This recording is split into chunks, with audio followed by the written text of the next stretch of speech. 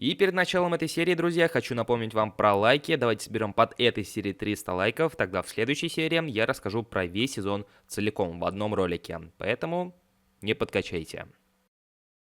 Всем привет, дорогие друзья! Вы на канале Realistic PS, а на ваших экранах очередное продолжение нашей рубрики «Перестройка в PES 2021». Мы продолжаем перестройку за красных дьяволов, и это уже четвертая по счету серия, в которой мы продолжаем возводить МЮ к былой славе. В рамках сегодняшней серии я расскажу про вторую половину сезона, второго сезона под руководством Эрика Тен Хага, расскажу про трансферы, расскажу про результаты и в целом ожидания от будущего сезона, но обо всем по порядку.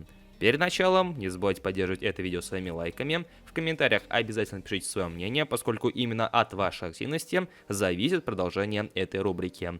Подписывайтесь на канал, если находитесь здесь впервые. Ну а мы начинаем. С открытием зимнего трансферного окна нашу команду покинули несколько игроков, а в частности Алекс Телеш и Эрик Бейли, зато пополнил тот же самый Милинкович Савич. И считай, позицию полузащиту мы тогда закрыли. Также зимой мы продлили контракты с некоторыми игроками, у которых эти самые контракты заканчивались, и в целом особо как-то не строили планов на дальнейшее зимнее трансферное окно. Поскольку календарь был достаточно плотный, мы думали только о матчах. А повод думать об этих самых матчах был, поскольку первый же матч зимой у нас был против, кого бы вы думали, конечно же, Челси. В прошлой серии мы начинали сезон в английской премьер-лиге с Челси, и в этой же серии мы продолжаем этот самый сезон с матча против Челси. Но благо, в отличие от предыдущего матча, проблем с лондонцами особо не возникло, и мы обыграли их с уверенным счетом 0-2. На фоне того, что в реальной жизни Эрик Тен Хаг уж больно заинтересовался в подписании голландцев, я решил провернуть что-то похожее и здесь. Как раз таки пришло предложение по Криштиану Роналду, которому уже около 35-36 лет, но тем не менее за него предлагали кругленькую сумму. Поэтому, уж не пинайте меня, фанаты Юнайтеда, но тем не менее. Я решил продать Роналду и вместо него приобрести, кого бы вы думали, опять-таки, Мемфиса Депая. Все правильно. И если проблем с продажей Роналду не было, потому что Боруссия Дортмунд была намерена его подписать, мы уже в принципе согласовали все условия, осталось только подтверждение стороны Эрика Тен Хага, Барселона не торопилась отпускать Депая. Но пока мы проводили переговоры, матчи продолжали идти, и тот же самый матч, например, против Лидса мы также сыграли уверенно. Вообще стоит отметить, что в чемпионате мы продолжали выглядеть более чем уверенно, нежели в той же Лиге Чемпионов. Но Лига Чемпионов еще тогда не успела возобновиться, а поэтому и причин для беспокойства пока на тот момент не было. И отметил матч против Лидса я не случайно, поскольку именно в том самом туре, в 22-м туре английской премьер-лиги, Манчестер Сити потерял свои очки, сыграв в ничью с Вест Хэмом. И таким образом мы вновь вырвались вперед. Манчестер Сити скатился на третье место, а его второе место по итогу занял Ливерпуль. Но радоваться было еще рано, вся борьба ожидала нас впереди. Причин для беспокойства в чемпионате все так же не возникало, и со всеми соперниками, с которыми мы встречались, мы не испытывали каких-то явных проблем. Опять-таки, тот же самый матч против Лидса 0-2, матч против Ньюкасла на их же поле 0-3, и в принципе, свою строчку в чемпионате мы держали более чем заслуженно. Как только нам удалось договориться о трансфере Мемфиса Депая, я подтвердил, а точнее Эрик Тен Хаг подтвердил уход португальца, и Мемфис Депай пришел на его место. Так сказать, возвращение после неудачного первого захода в Англию, и будем надеяться, что Депай принесет максимальную пользу красным дьяволам.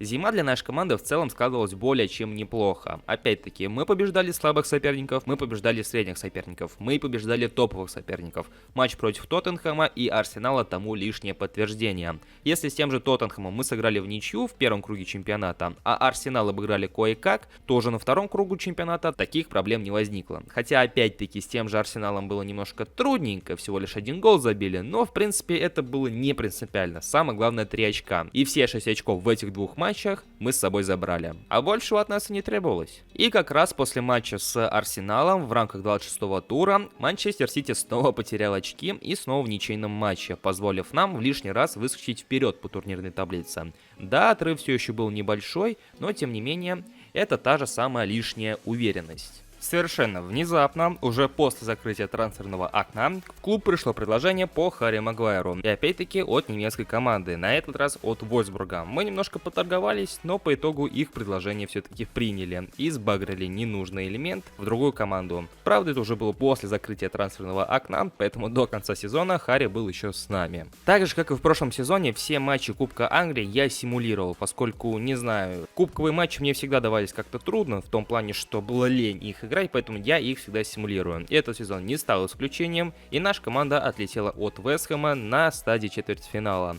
И в принципе, учитывая, какие команды прошли дальше, я думаю, что и полуфинал, и возможно бы финал был крайне тяжелым, поэтому было не так уж обидно. Но, как минимум, один из трофеев мы уже потеряли, а это середина-начало февраля. В 1/8 Лиги Чемпионов мы играем с французским Лионом. Соперник не самый грозный даже по меркам Франции, но так или иначе мы умудрились проиграть им со счетом 2-0 на их же стадионе. Не знаю, первый тайм был достаточно равным, потом второй тайм тоже создавали моменты, катали, пытались, но по итогу пропустили один мяч, а следом же за ним второй. И как-то вот с таким вот удивлением, с каким-то шоком мы покидали стадион Лиона. Ну и после этого у нас не было возможности расслабиться, подумать над тем, как обыграть французов в ответном матче, потому что далее нас ожидала достаточно интересная серия из 3 достаточно не самых простых матчей, даже можно сказать 4, потому что после этих 3 матчей был ответный матч Лиги Чемпионов, а в частности матч против Вест Хэма, против Ливерпуля и против Манчестер Сити. Ну и заканчивает этот список матч против Лиона, уже ответный на Олд Траффорд. И если в первом матче с Вест Хэмом у нас не возникло проблем, хоть мы проиграли им в Кубке Англии, тем не менее в АПЛ мы их обыграли, то вот уже с Ливерпулем все не так удачно, как хотелось бы. То есть в этом матче мы по-настоящему выглядели намного лучше хозяев, то есть мы играли на Энфилде. И в отличие от предыдущих матчей и от того матча, где мы победили, мы смотрелись более чем уверенно. У нас были моменты, мы создавали, мы пробивали. Но в конце концов Ливерпуль забил на последней минуте. Так же, как и было в последнем матче. Мы забили на последней минуте, а в этом они уже забили на последней минуте и забрали свои 3 очка. Конечно, на наше положение в турнирной таблице это никак не отразилось, разве что сократилось отставание по очкам, но мы все еще сохраняли первую строчку, поэтому в матче против Манчестер Сити было важно не ударить в грязь лицом. И спойлер, мы по итогу ударили в грязь лицом. Ну как сказать, по игре мы также выглядели неплохо, точно так же как и с Ливерпулем, правда пропустили куда более быстрый гол. То есть мы пропустили еще, по-моему, в первом тайме, и после этого отчаянно пытались отыграться. Опять-таки, создавали моменты, напрягали, били по воротам, но по итогу этого так и не хватило, чтобы отыграться. И опять-таки теряем 3 очка в матче против одного из ближайших соперников по турнирной таблице. Очевидно, что после такого мы скатились с первого места. Не сильно, но опять-таки пропустили вперед наших главных соперников, и это крайне удручало. А впереди был матч Лиги Чемпионов против Лиона. Несмотря на все наши попытки, несмотря на весь наш настрой перед этим матчем, также в этом матче мы не одержали главную победу. Ну как сказать, по счету, может быть, и обыграли французов, но по итогам 2 встреч мы уступили со счетом 2-1. Да и то, мы забили свой единственный мяч за эти 2 матча не сами, а благодаря Буатенгу, который сделал неправильную передачу, можно сказать, вот забил такой вот курьезный гол и помог нам отыграть 1 мяч, и то в конце матча. На протяжении всей игры мы пытались, мы опять-таки создавали, ну в общем-то все то же самое, что было и в предыдущих встречах, нам ничего не помогло. И таким образом мы потеряли уже 2-й кубок из 3 возможных. А если вы помните, по предыдущей серии в начале сезона мы ставили перед собой задачу выиграть Лигу Чемпионов. Если в первом сезоне мы дошли до полуфинала, то уже во втором отлетели в 1/8. Как-то не очень, если честно. И, возможно, под впечатлением от этого небольшого провала посреди сезона мы начали играть куда более сдержанно, я не знаю. Ну, по крайней мере, по результатам матчей это отчетливо заметно, потому что большинство оставшихся матчей мы обыгрывали со счетом 2-1 или 1-0. То есть голы нам стали даваться несколько труднее. Но, тем не менее, результат за результатом, но мы свои очки добирали. В то время как конкуренты все-таки допускали осечки и, в конце концов, нам открыли дорогу для заветного чемпионства хотя бы в английской премьер-лиге. И что бы вы думали? Мы оформили чемпионство за 1 тур до его завершения и в матче против Вулхэма, в котором мы и закончили предыдущую серию и на котором уже успели споткнуться в этом сезоне. В ответном же матче мы им сполна отомстили и забрали свой кубок с собой. Таким образом, Манчестер Юнайтед под руководством Эрика Тен Хага стал 2-кратным чемпионом Англии за последние 2 сезона. Так сказать, небольшая гегемония манчестерских клубов, до этого Сити, а теперь Юнайтеда в английской премьер-лиге. По итогам мы завершили этот сезон с перевесом в 5 очков, в отличие от второго места. У нас 95, у Манчестер Сити 90, а у Ливерпуля 89. В то время как у четвертого места, у Арсенала, только 71 очко. То есть вы видите, какой отрыв между третьим и четвертым местом. Борьба была достаточно накаленной. По окончании сезона было на самом деле трудно сказать, чего нам не хватило, потому что состав был более-менее неплохой, позиции вроде тоже укомплектованы. Но, опять-таки, судя по результатам, чего-то да не хватало. Поэтому после завершения сезона в английской премьер-лиге мы начали переговоры по еще одному левому защитнику, а в частности по Райану Сисиньону. И поскольку его кандидатуру предложил скаут, переговоры обещали быть нетрудными. Также мы задумались об усилении позиции нападающего. Да, учитывая, что у нас очень много нападающих, крайних, центральных, все-таки мы решили прикупить еще одного. И дали скауту задание искать центрального нападающего. Не оттянутого, не АПЗшника, не крайнего, а именно что центрального. Уже в личной беседе с руководством клуба мы пришли к выводу, что сезон неудачный. Несмотря на победу в лиге, мы упустили Лигу чемпионов, мы упустили Кубок Англии, в то время как в прошлом сезоне был дубль. В этом же только одна английская премьер-лига. Но, тем не менее, на положении Эрика Тен Хага это никак не сказалось, поэтому следующий сезон он также остается во главе клуба. Также в конце сезона у Эрика Тен Хага было несколько предложений на руках о месте продолжения работы, а в частности от клуба MLS Лос-Анджелес Galaxy и от голландского Аякса, из которого, собственно, Эрик Тен Хаг к нам и пришел. Но Эрик Тен Хаг принял решение продлить контракт с Манчестер Юнайтед и отмел все возможные предложения. По итогу, перед завершением сезона, скаут предложил нам Харри Кейна в качестве центрального нападающего, а как вы знаете, если скаут предлагает игроков, то переговоры автоматом становятся легче. Поэтому, перед тем, как уйти в отпуск, мы отправили соответствующий запрос в Тоттенхэм по трансферу нападающего.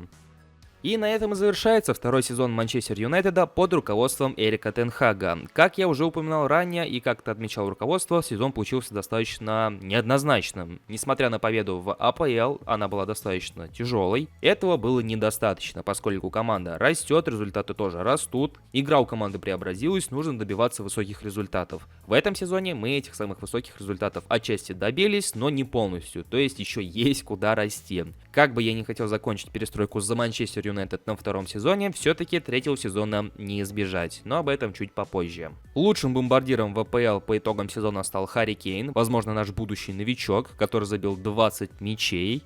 Лучшим ассистентом, конечно же, стал Трент Александр-Арнольд, отдавший 10 голевых передач. И что в случае с бомбардирами, что в случае с лидерами по голевым передачам, наши игроки где-то внизу. А в частности, Маркус Решфорд, который вроде бы больше всех и забил у нас в АПЛ, и больше всех голевых передач отдал. То есть Бруно Фернандеш, он просто испарился.